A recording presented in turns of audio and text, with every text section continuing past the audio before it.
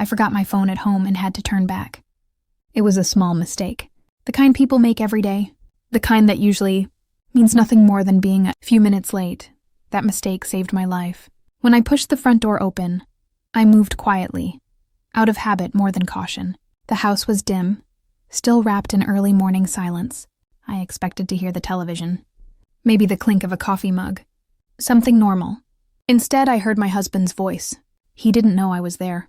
"I took care of it," he said calmly, almost cheerfully. "I cut the brake line while she was getting ready for your sister's funeral.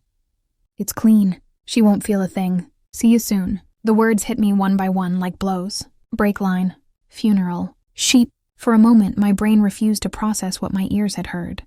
My body reacted before my mind could catch up. My hands began to shake so violently I had to grip the wall to stay upright. My heart slammed against my ribs, loud enough that I was terrified he might hear it.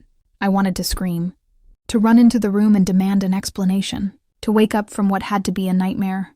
But instinct took over. Screaming would only warn him, and once he knew I had heard, I would not make it out of that house alive. So I did the hardest thing I have ever done in my life. I stayed silent. I reached toward the coat rack near the door, my movements slow and deliberate. My heavy jacket was hanging exactly where I'd left it the night before. I slid my hand into the pocket and felt my phone. Without making a sound, I slipped back outside and pulled the door shut behind me. The cold air burned my lungs as soon as I stepped onto the porch. My legs felt weak, like they might give out at any second. But I forced myself to walk. Not run. Walk. I rounded the corner of the house, out of view of the windows, and leaned against the brick wall, finally letting myself breathe.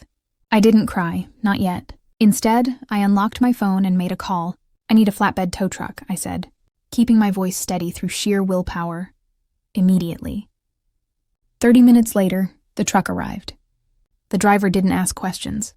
He didn't need to. I watched as my car, the same car I'd planned to drive that morning, was loaded onto the flatbed. I gave him an address without hesitation. My mother-in-law's.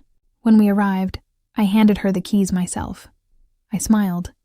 I told her it was a surprise gift from her son. She smiled back. What happened next destroyed his life. But to understand how I reached that moment, standing in my mother-in-law's doorway, handing over a car that had been turned into a weapon, you have to go back much further. Long before the tow truck, long before the phone call. Back to the beginning. I grew up in Atlanta, in a family people admired from the outside. My parents, Tariq and Imani Thorne, were successful Black entrepreneurs. My father had built a commercial construction empire from the ground, up with nothing but discipline, intelligence, and relentless work ethic. He believed in results, tangible success, excellence, and I embodied everything he valued. I was the eldest daughter, 4 years older than my sister, Kamisi. I graduated with honors from Georgia Tech's School of Business and climbed the ranks of our family company at lightning speed. By 30, I was the chief financial officer. At Sunday dinners, my father would beam with pride. "And Mariah is our shining star," he'd tell guests. "She's the one who'll take over when I retire." I'd laugh it off, embarrassed but secretly warmed by the praise. Kamisi never laughed. She sat quietly, pushing food around her plate, her jaw tight. Eventually, she'd mutter something about a headache and disappear into her room. She grew up in my shadow. Every achievement of mine made her feel smaller. Every mistake of hers felt magnified. She dropped out of Howard University, drifted through jobs and relationships, and eventually settled into my parents' guest house. I tried to help her. I really did.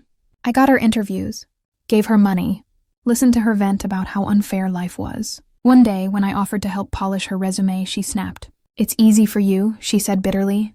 "You were loved. I was just tolerated." I stayed quiet, thinking it was just pain talking. I didn't realize that resentment, left unchecked, doesn't fade.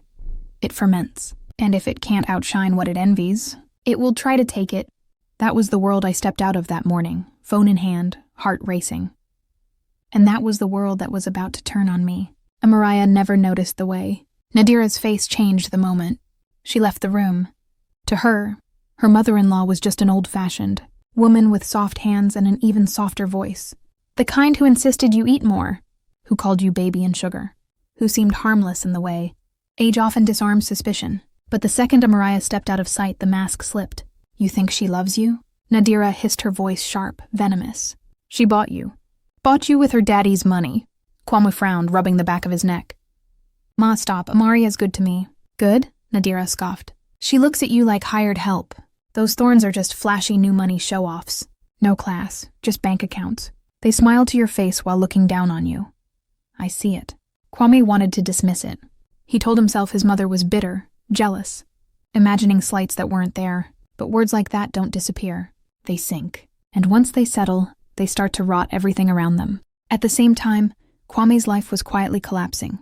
Grizzly Garage, the boutique, auto restoration, shop he'd built with pride, was bleeding money. Expansion loans he'd taken out with confidence now felt like a noose tightening around his neck. The bank was threatening repossession. Suppliers were demanding payment. His accounts were empty. Still, he told Amaria nothing. He woke up every morning, kissed her goodbye, and played the role of the successful entrepreneur. He even borrowed against his share of the business to finish the custom, deck and pool at the house her father had gifted them. House that wasn't his. In a divorce, it would stay with Amaria, a premarital asset, untouchable. If that happened, Kwame would lose everything.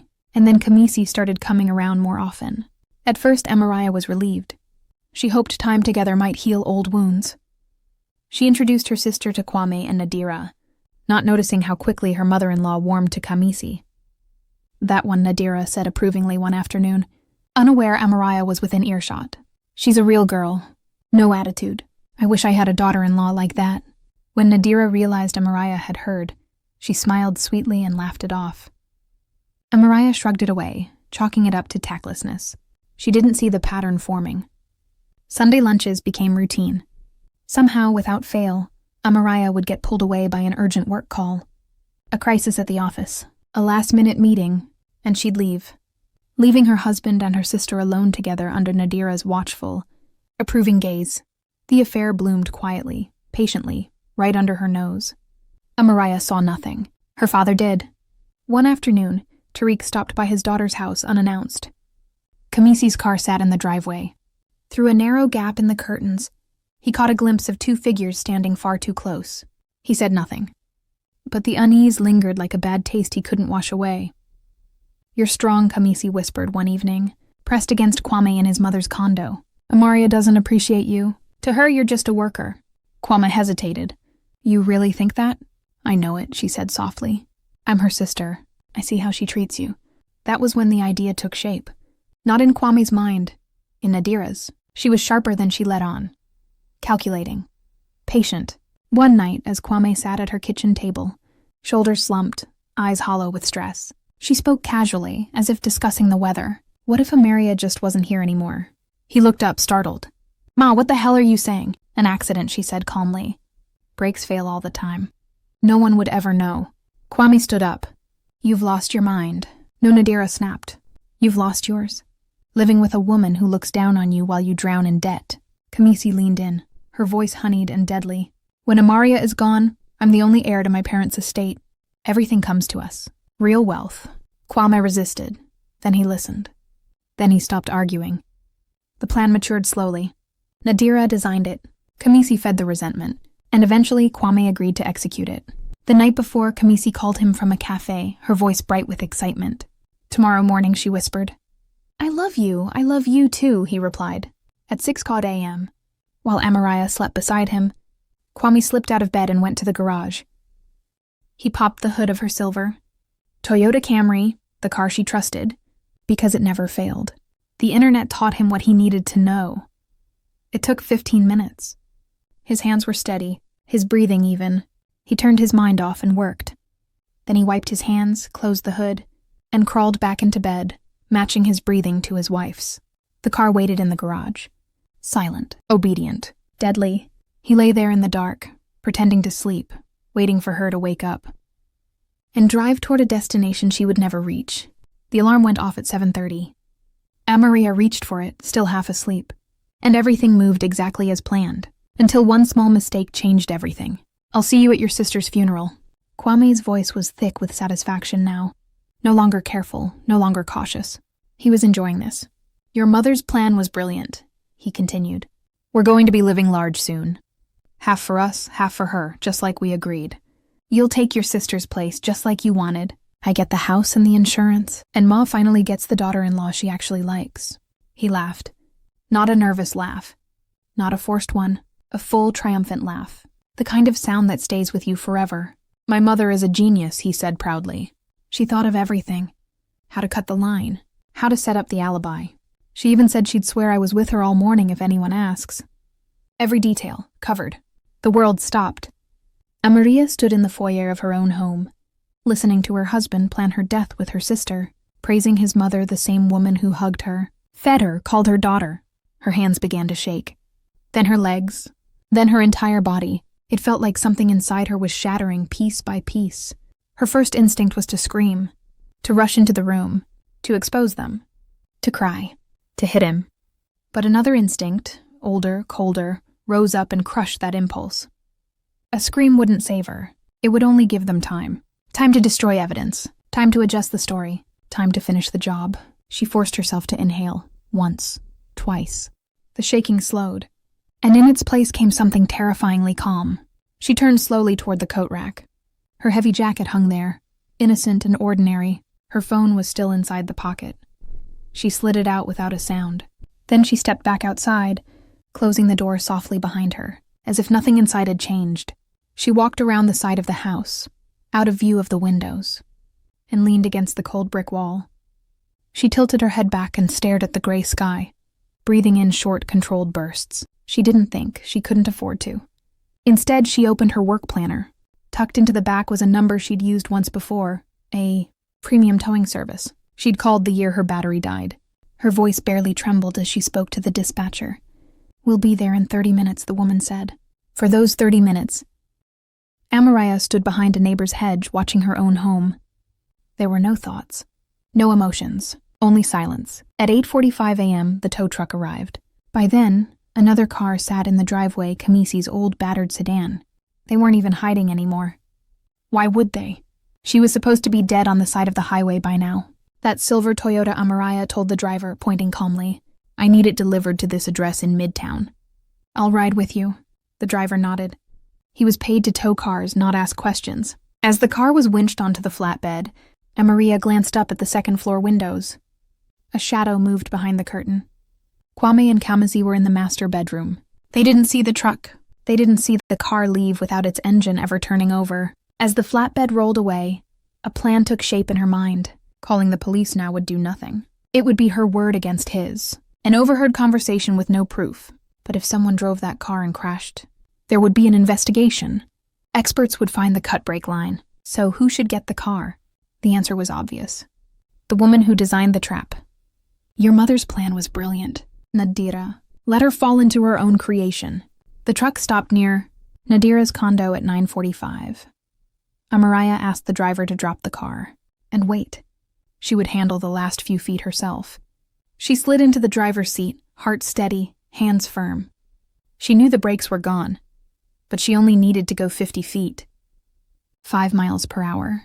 She rolled forward and stopped against the curb using the emergency brake. Then she climbed the stairs. Nadira opened the door almost immediately, wearing a floral robe, a teacup in her hand. "Amaria, honey," she smiled. "What a surprise." "Come in, sugar." "Thank you," Amaria said pleasantly. "But I can't stay. Kwame asked me to drop the car off for you. Mine's stuck at the shop and he needed his truck urgently." She held out the keys. "He said it's a surprise gift." Nadira froze.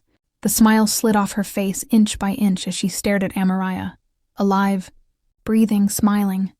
"Thank you, baby," she managed, fingers trembling as she took the keys. Amaria turned and left. In the cab to her office, she finally broke, sobbing silently into her hands. Behind her, Nadira stood in her doorway, gripping the keys so tightly they dug into her skin. Something was wrong. She reached for her phone. Her son wasn't answering. And panic, pure animal panic, began to rise. Why was the daughter-in-law alive? That single question kept circling Nadira's mind like a trapped insect. And why wasn't her son answering his phone? Something had gone wrong. Badly wrong. She paced her condo, clutching the keys in her hand, her pulse hammering in her ears. She needed to see Kwame, needed to hear his voice, needed reassurance that the plan hadn't somehow unraveled. She looked out the window. Her own car sat useless in the parking lot, exactly where it had been for 3 weeks, the radiator blown and untouched. An Uber would take at least 20 minutes, 22 if traffic was bad, an eternity. But right there below her window sat Amaria's car.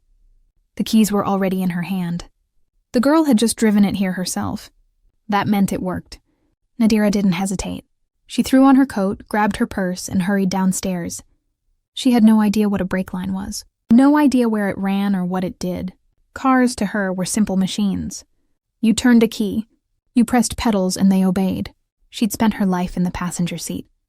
First her husband drove her. Then her son. She had a car. She had keys. What else did she need? The engine started smoothly. She pulled out of the complex and eased onto the street. For the first few minutes, everything felt normal. She drove cautiously, just as she always had, keeping it around 25 miles per hour through the neighborhood streets. The car responded perfectly. The steering was smooth. The engine purred. Her shoulders relaxed. Maybe she was overreacting. Maybe Kwame would call back any second and explain everything. Maybe the daughter-in-law had misunderstood something. She didn't know that under the hood. Brake fluid was spraying out of a cleanly severed line with every gentle press of her foot. Drop by drop, milliliter by milliliter. As long as she drove slowly and braked lightly, there was just enough pressure left in the system to stop the car. Just enough. At a crosswalk, she slowed for a pedestrian. The brake pedal sank a little deeper than usual. The car stopped. She barely noticed. Another light, another turn. Each time the pedal dipped lower, softer, emptier. Her son's house was 15 minutes away. She merged onto a main road and accelerated, the speedometer climbing to 40. Then 50. Only one thought pounded through her mind now. Why is she alive? Why is she alive? Up ahead, about 200 yards away, was a major intersection, 4 lanes of traffic cutting across each other. The light was green. She pressed the gas, hoping to make it through. The green flickered. Yellow. Instinctively, she hit the brakes. The pedal went straight to the floor. No resistance, like stepping into nothing. Her breath caught. She pumped the brake again, harder this time. Both feet pressed down, nothing. The car didn't slow. The light turned red. Time stretched, thinning and distorting the way. It does when death is suddenly close enough to touch. From the left, a massive blue delivery truck rolled into the intersection. Nadira knew with horrifying clarity that she wasn't going to stop. She yanked the steering wheel to the right, trying to avoid the impact. But she was going too fast. Her hands were slick with sweat. Her grip slipped. And in that final heartbeat, understanding crashed down on her. The car, Amariah's. Car, her own plan, her own trap. She opened her mouth to scream. The scream was cut short. The truck slammed into the driver's side door, crushing metal like a soda can. The force spun the car violently, sending it skidding into a concrete light pole. Glass exploded. Steel folded. Airbags burst open in a cloud of white dust. It didn't matter. By the time sirens wailed through the gathering crowd, Nadira Vance was already dead. Police cars flooded the intersection, red and blue lights slicing through the gray afternoon. Curious bystanders stood behind yellow tape, phones raised, recording the wreckage. The truck driver, pale and shaking, kept repeating the same sentence. I had the green. She just came through. I couldn't stop. A forensic investigator arrived and popped the mangled hood. He shined a flashlight into the twisted mass of hoses and wires. Minutes later, his expression hardened. The brake line had been cut. Cleanly, deliberately. He showed the lead detective, who let out a long, low whistle. And just like that, the investigation began. Maria spent the day at work in a strange, hollow trance. She answered emails, signed documents, smiled when required. Her phone stayed on silent in her desk drawer. She couldn't talk to anyone. Her assistant, Ayana, asked softly if she was okay. Amariah nodded and stared at the papers blurring in front of her. Near the end of the day, she finally checked her phone. 17 missed calls from her father. 3 texts, call me now. Where are you? I'm going to your house. She didn't respond. At 7 that evening, her cab pulled up outside her home. She stayed in the back seat for a long moment, staring at the porch. She could have gone anywhere else, but she didn't. She wanted to look him in the eye. The front door was unlocked. Amariah stepped inside. Kwame was standing in the center of the living room, pale as a ghost, phone dangling from his hand. His eyes were bloodshot. His hair was a mess. He stared at her like he was seeing a specter. My mother, he rasped. Ma is dead. Amariah stopped in the doorway and crossed her arms. How did it happen? She asked. Her voice was flat, empty, almost bored. Kwame swallowed hard. An accident, he said. She was driving. The words trailed off. Something shifted behind his eyes. A thought finally cut through the fog of shock and grief. His gaze sharpened as it locked onto her face. "She was driving your car," he said slowly. "The one you took to her this morning." He hesitated. "The police, they're saying something about the brakes." He didn't finish the sentence. He didn't have to. "The brakes?" Amariah repeated softly. Cold smirk touched her lips. What a shock. Kwame took a step toward her, terror flaring in his eyes. "You knew," he said hoarsely. "You did this on purpose. Knew you cut the brake line this morning while I was sleeping." Amariah replied calmly, as if she were commenting on the weather. "I heard your conversation with Kamisi. Every word." His face drained of color. You heard everything? "I forgot my phone in my jacket and came back for it." She continued. "You didn't hear me come in? You were too busy telling your mistress how you were going to bury me." She took a slow breath. "I heard you praise your mother for her genius. How she calculated the brakes.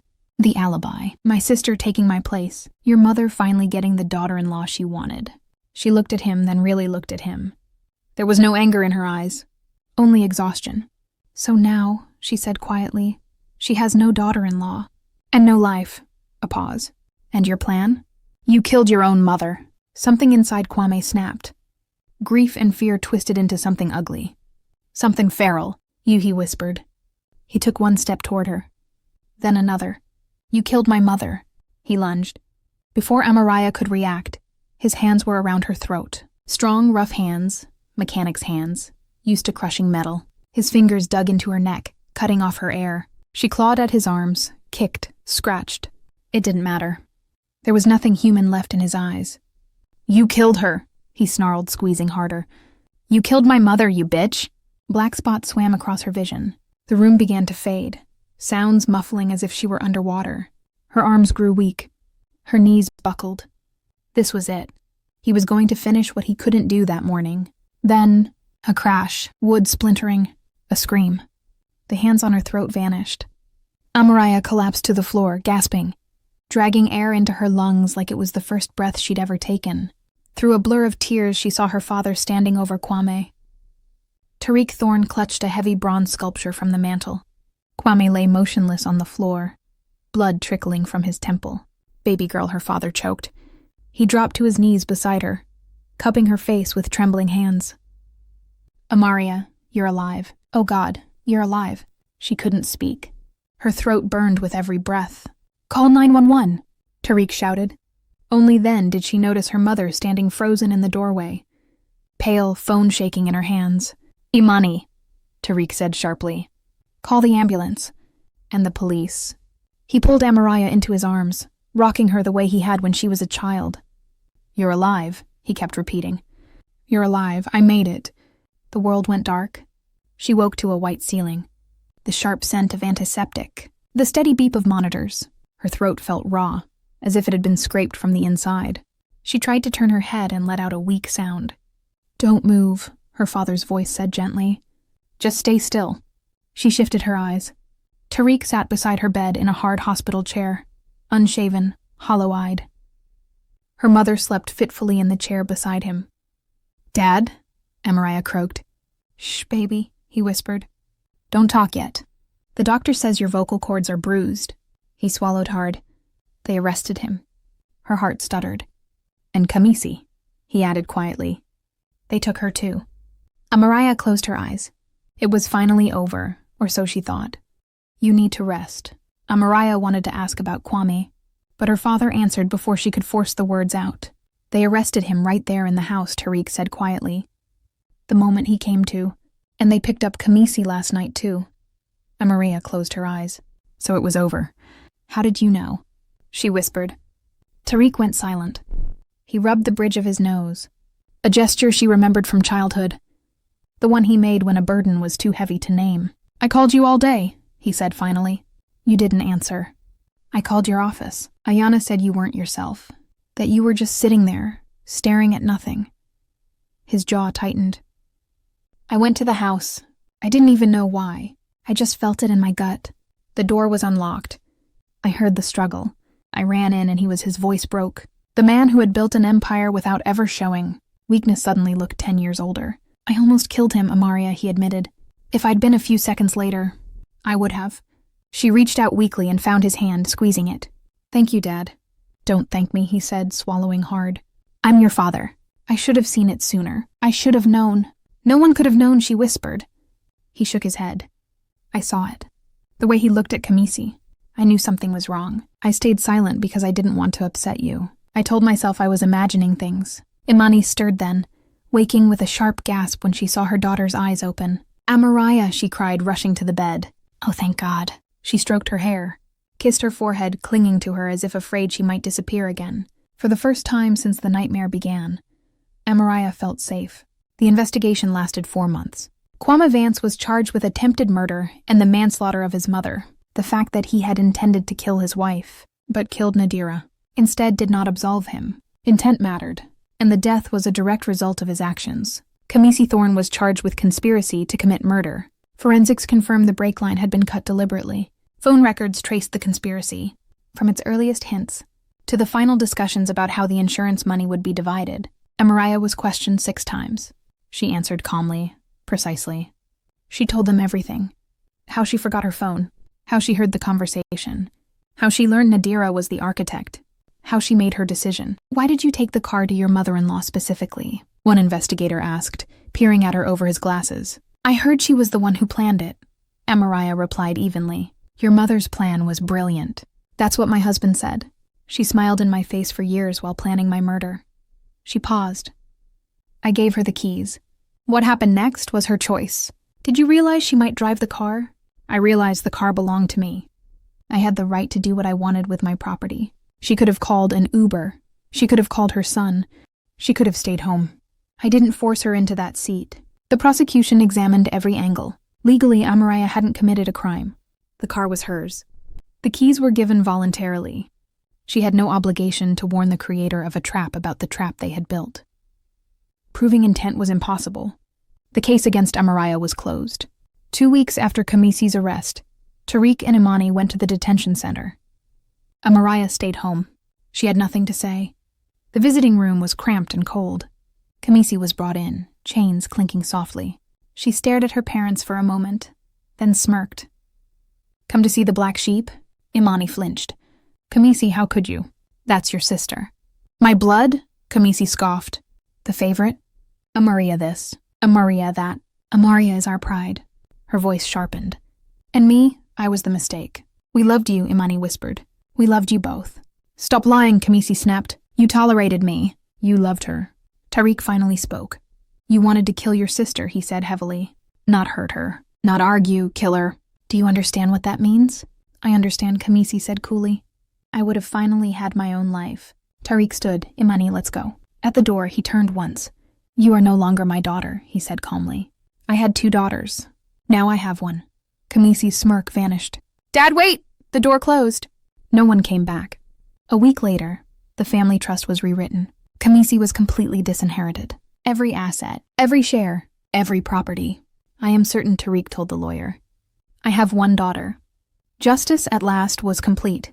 They didn't hire a defense attorney for Kamisi. There was no family meeting, no debate, no quiet mercy extended behind closed doors. She was assigned a public defender, a young man barely out of law school, his suit a little too loose, his eyes still hopeful in a courtroom that would crush it. He tried, but against the forensic evidence, the phone records, the text messages, and Kwame's full confession, there was nothing to argue. The trial began in March, just as the Georgia sun started warming. The pavement and peach blossoms bloomed along the streets. Inside the courthouse, the atmosphere was anything but gentle. The courtroom was packed. Media vans lined the street. Reporters crowded the steps, shouting questions as if tragedy were entertainment. Cameras flashed as the defendants were escorted inside. 2 people sat at the defense table. Kwame looked hollowed out, carved down by months in jail. The man who once stood tall now avoided eye contact. Shoulders rounded, hands clasped tightly together. Beside him sat Kamisi. She tried to look defiant, chin lifted, lips pressed into a thin line, but something inside her had cracked. Her eyes searched the courtroom, darting past strangers, past reporters, past the judge. She found her parents. Tariq and Imani sat in the front row beside Amaraya. They didn't look at her. Not once. The sentencing took nearly an hour. Every word landed like a hammer. Kwame. Vance was found guilty of attempted murder and manslaughter. He was sentenced to 13 years in state prison. Kamisi Thorne was found guilty of conspiracy to commit murder. She was sentenced to 10. As the bailiffs moved forward, Kamisi twisted around. Their eyes met. Sister to sister. Separated now by far more than 4 years of age. "You'll pay for this," Kamisi hissed. "You hear me? I'll get out, and you'll pay." Amariah didn't respond. She had nothing to say to the person who stopped being her sister the moment she agreed to end her life. Imani broke then. She watched her youngest daughter being led away in chains, tears streaming down her face, hands clenched in front of her chest. "That's my baby," she whispered. "She was my baby. I carried her for 9 months." Amariah took her mother's hand and squeezed it gently. "Mama," she said. "Let's go." I can't," Imani sobbed. How could she? How could I not see it? "No one could," Amariah said softly. "No one." They walked out of the courthouse into a storm of camera, flashes and shouted questions. Tariq shielded his wife and daughter with his body, guiding them to the car. Once inside, he didn't start the engine. He just sat there, gripping the steering wheel with both hands. "I lost her," he said finally, his voice flat. "I lost her a long time ago. I just didn't want to admit it." "She lost herself, Dad," Amariah replied quietly. "This isn't on us." He turned to look at her. The pain in his eyes was unmistakable. "Maybe if I'd praised you less. If I'd given her more attention." "Stop," Amariah said gently. "You aren't to blame." "Mama isn't to blame. I'm not to blame." She made a choice. Tariq nodded. But Amariah could tell he would carry that guilt for the rest of his life. A month later, under the warming April sun, Amariah stood on the platform at Peachtree Station with a small suitcase at her feet. The house her parents had bought had been sold. She had resigned from the company. Her father understood without needing an explanation. He just held her tightly, longer than usual, like he was afraid letting go might mean losing her too. "Are you sure you won't stay?" Imani asked, wiping her eyes. "We're right here. We can help." "I have to go, Mama," Amariah said softly. "Every street here is a reminder. I need to start somewhere new, where nobody knows me." Tariq cleared his throat. "Call," he said, "every day. And if you need anything, money, help, anything, I'm here."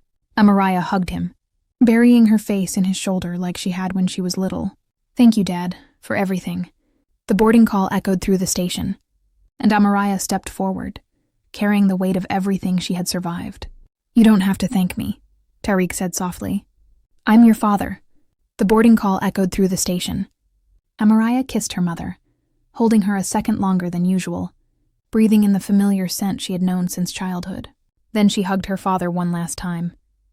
He didn't say anything more. He didn't need to. She boarded the train. At the door, she turned and waved. Her parents stood on the platform, clinging to each other. Her mother was crying openly now. Her father kept one arm around her shoulders, his eyes fixed on his daughter as if he were trying to memorize her face. He didn't look away until the train began to move. As Atlanta slid past the window, Amariah watched the city fade. The place where she was born, where she went to school, where she built her career, where she married, where everything she believed in collapsed. This was the city where her husband tried to kill her, where her sister agreed to replace her, where a woman who called her daughter designed her death. The buildings gave way to trees. The streets softened into open land. Pine forests stretched across the horizon, broken by small towns and quiet stations that flashed past too quickly to read. With every mile, something loosened inside her. It felt like setting down, a weight she hadn't realized she'd been carrying for years. Behind her lay the betrayal, the lies, the death. But behind her also lay the anchors, expectations, obligations, relationships built on illusion rather than truth. She had won, if you could call it that. The conspirators were punished. The architect died in her own trap. But the cost was real. She had lost a husband, a sister, and the belief that the people closest to you are incapable of betrayal. Outside the window, a sign for a distant station blurred past. The train swayed gently on the rails and picked up speed. Amariah leaned back into her seat and closed her eyes. For the first time in months, she breathed without fear. She was alive. She had survived. And that was enough to begin again. Did you enjoy this story? And which city are you listening from? Thank you for your support. It truly means more than you know. On your screen, you'll see 2 more powerful life stories I highly recommend. There's so much more waiting for you here. Don't forget to subscribe, See you in the next life story. With love and respect.